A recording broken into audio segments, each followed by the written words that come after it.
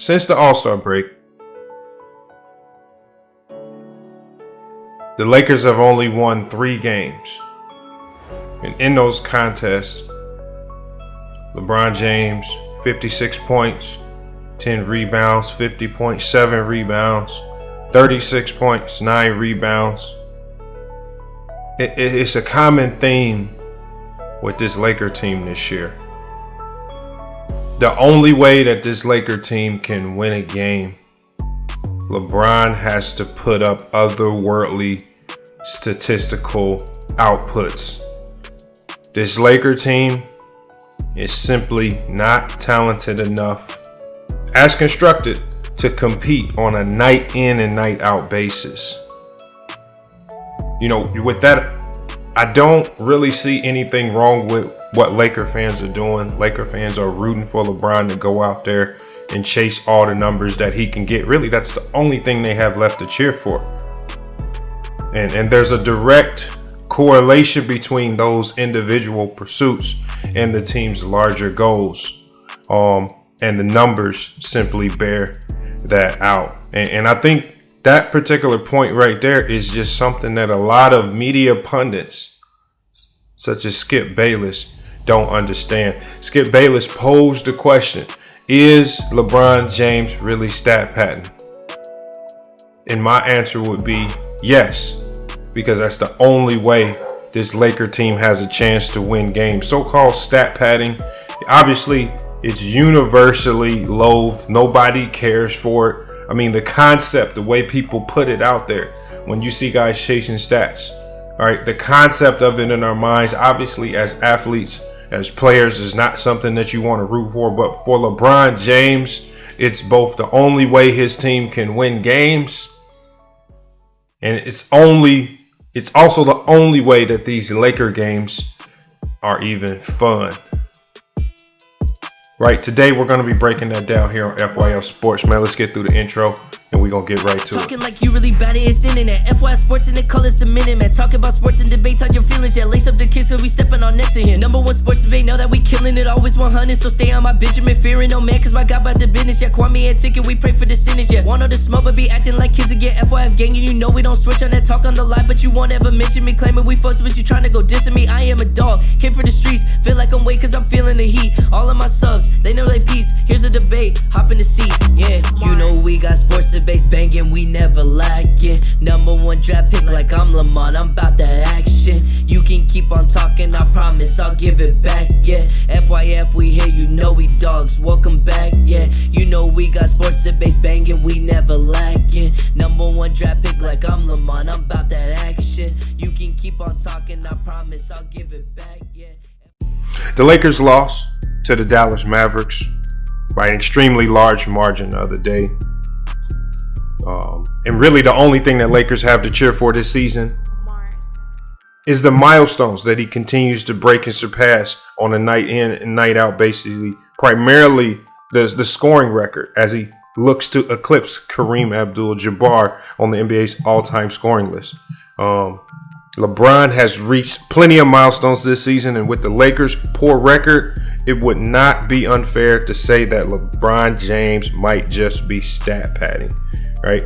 He passed Kareem Abdul-Jabbar for the most combined regular season and postseason points last month in a loss to the Warriors. He also became the only player in NBA history to reach 30,000 points, 10,000 assists, and 10,000 rebounds. Another milestone reached in a losing effort, and that was against the Phoenix Suns. However, Skip Bayless of the Undisputed Show on Fox continues to bash LeBron for his personal accolades not translating into wins for the Los Angeles Lakers. Done deal that LeBron is going to win this scoring title. Done deal because you know you slept rock. You bad luck. Priority is scoring now. Winning is about the 4th or 5th priority on the list. It's like an afterthought. If it happens, fine. If it doesn't, that's also just fine. He's going to shoot the ball at a high clip because he is second. I hope so. He is second in the league barely to your baby bird Luka in shots attempted. He's 21-5. Luka's 21-7. God, LeBron is now 4th in minutes played at age 37 in year 19. He's 4th in minutes played. He wants to score because the only way he's going to have even a remote GOAT case is to pass Kareem and win a scoring title at age 37. Right. And maybe he could win another one next year, for all I know, because what does it matter? Well, we can't win one because hopefully AD comes back. And we really would like for AD to lead the Lakers in scoring, to lift some of that load off LeBron. Okay, but that's what you wanted to see happen this year, and it did not happen when he was healthy. Am I right? Yeah, he wasn't playing particularly well. He wasn't really showing up. No. Okay, so all of a sudden, he's 14th in three-point attempts. That's outrageously high because he's still only shooting 35.7 from three. That ranks 89th of 151 qualified. So he's below average in three-point percentage. Oh, in Cleveland, we were hot tonight. You know what? I would agree with that. He will be hot tonight in Cleveland because that's he loves it. He lives there. I mean, his heart is there. You remember what happened last time, Skip? The guy was laughing at LeBron when he missed that shot. But that was a bubble deal. Yeah. Remember that was a bubble. Yeah, you issue got Joe. Oh, you got Joe. Yeah, you got Joe. I know, but he could hear him actually because nobody else was in the arena, right? Yeah. Okay, I don't think that will happen tonight.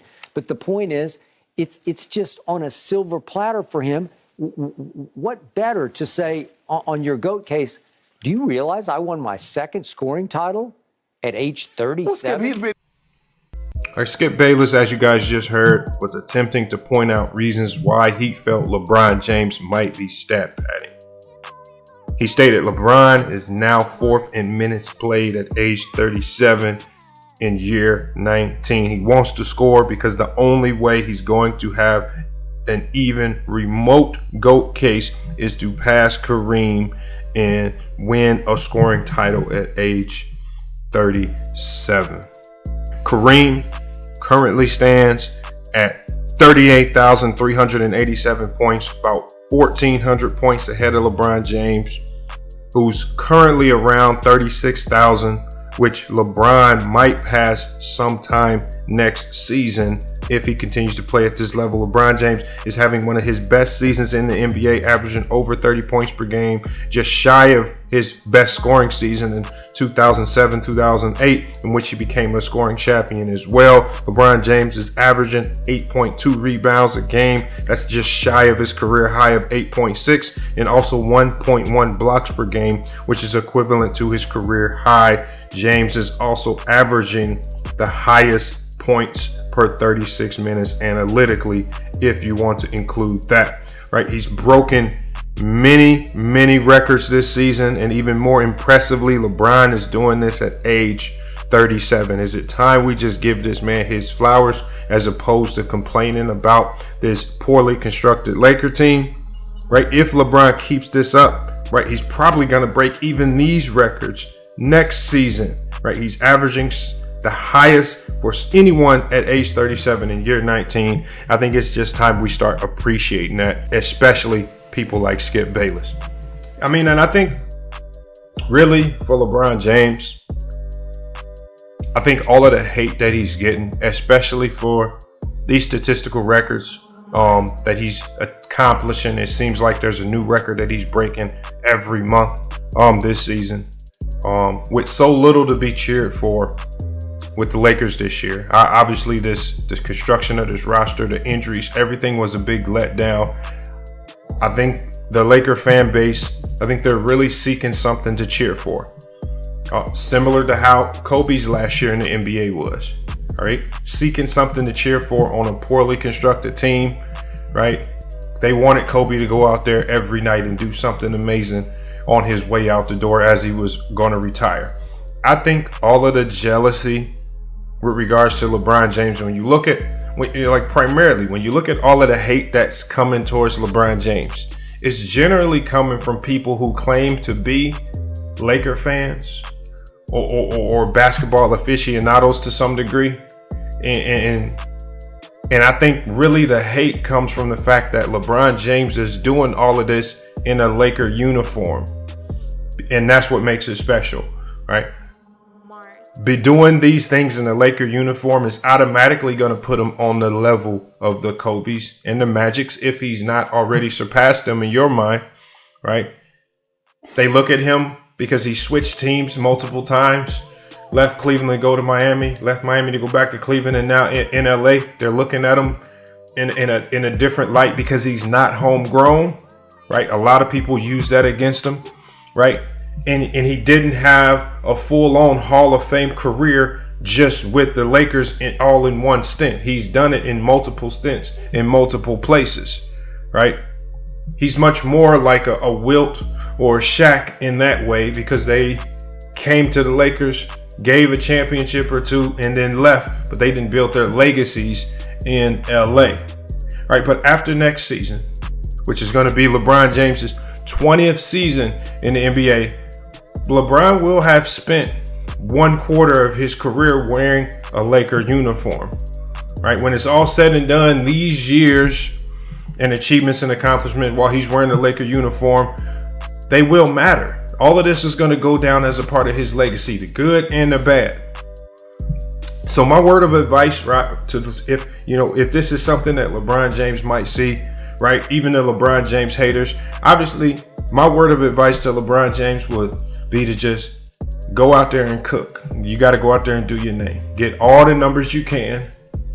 Who cares about stat padding? Because again, that's fake. We see the people throwing that around out there.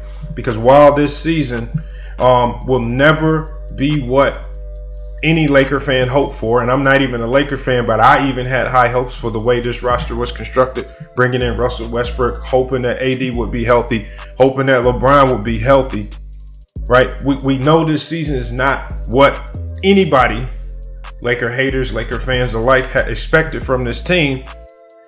This season can still be special, and LeBron James can make it special on any given night for the remaining games left in this particular season. Hopefully they can get to the play-in, and maybe there are a few more games there where he can potentially get this team and give them an opportunity to get into the playoffs. Unfortunately, I don't believe this roster is just good enough. I mean, we saw how this roster played. I mean, you're talking about against the Dallas Mavericks, a team that's constructed similarly. I mean, if you look at all the moving parts around Luka Doncic, not very good. It's not something that's just jumping out to you. I mean, outside of Spencer Dinwiddie, can you really name any players on that roster? All right, these are just lower tier, lower 300 role players. And Luka's doing everything to carry and galvanize that team. Unfortunately for LeBron James, he has a Laker roster that just can't defend, can't find the ways to be consistent without him on the floor. So again, LeBron James, I suggest you just go out there and cook, do your thing, chase all the numbers that you can, because whether the Lakers are first in the West or last in the West, and we've seen it. We saw it in 2020. We've seen it multiple years. We even saw it last year when LeBron James was the front runner in the MVP race before the ankle injury. People are going to make these weird assertions and angles. They're going to find ways to slander the man LeBron James, irregardless of what he does, whether they're winning, whether they're losing, whether AD's hurt, whether other guys around them are playing good or bad. It absolutely doesn't matter. It's lose-lose for LeBron. So again, with that being said, the only thing that you can do in this instance is just continue to cook, continue to do what you do, because you're not going to get fully appreciated as a superstar in this league, as the face of the league, whether people want to accept it or not, right? You're not going to get fully appreciated until you retire and you're gone from the league. And when you're not there for people to use in their YouTube titles and descriptions, when you're not there to headline, right, the biggest playoff matches, and when you have all these people who spend all this time hating, desperately scrambling and seeking, trying to find the next player to hate, these are the people that are going to flip.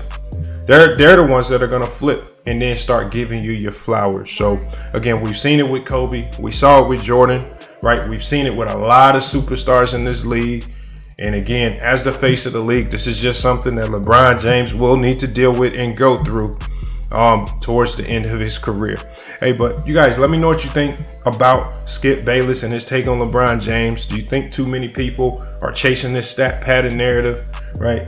Do you think too many people are crediting the poor play of this Laker team, or too much of the poor play on LeBron James because he himself hasn't been for?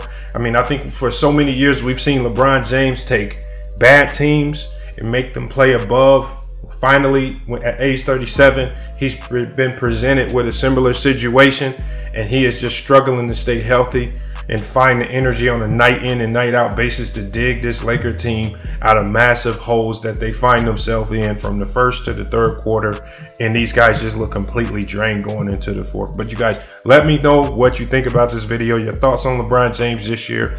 How does this season impact his legacy? And do some of the statistical accomplishments this year, does it kind of put a balance to the losing, right? Or does losing trump all? Does the team concept in losing, because it takes 5 guys on that court to win, does that outweigh what we're seeing individually from LeBron James, which is just sheer greatness? And I think a lot of people just simply tune in just to see what he's going to do next, because he's been putting up some massive games just trying to keep this Laker team competitive. But it's FYF Sports, man. It's been another great podcast episode. We will be back with more sports and news, man. Make sure you guys subscribe to our second channel, news and entertainment channel. We're going to be going live on that channel real soon here. Apologize for all the delays. Just a lot going on. But make sure you tune in and check us out over there. And we'll be dropping more sports videos and lives here as well. Hey, but until then, it's FYF Sports.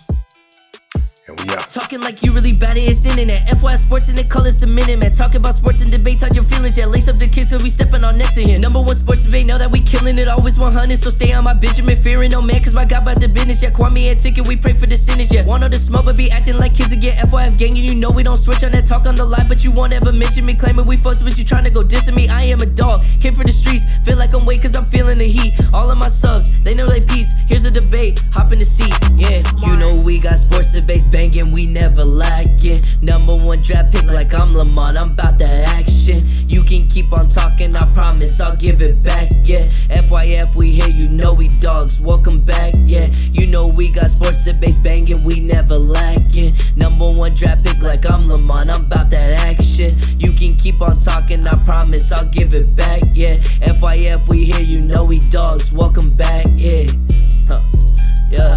Welcome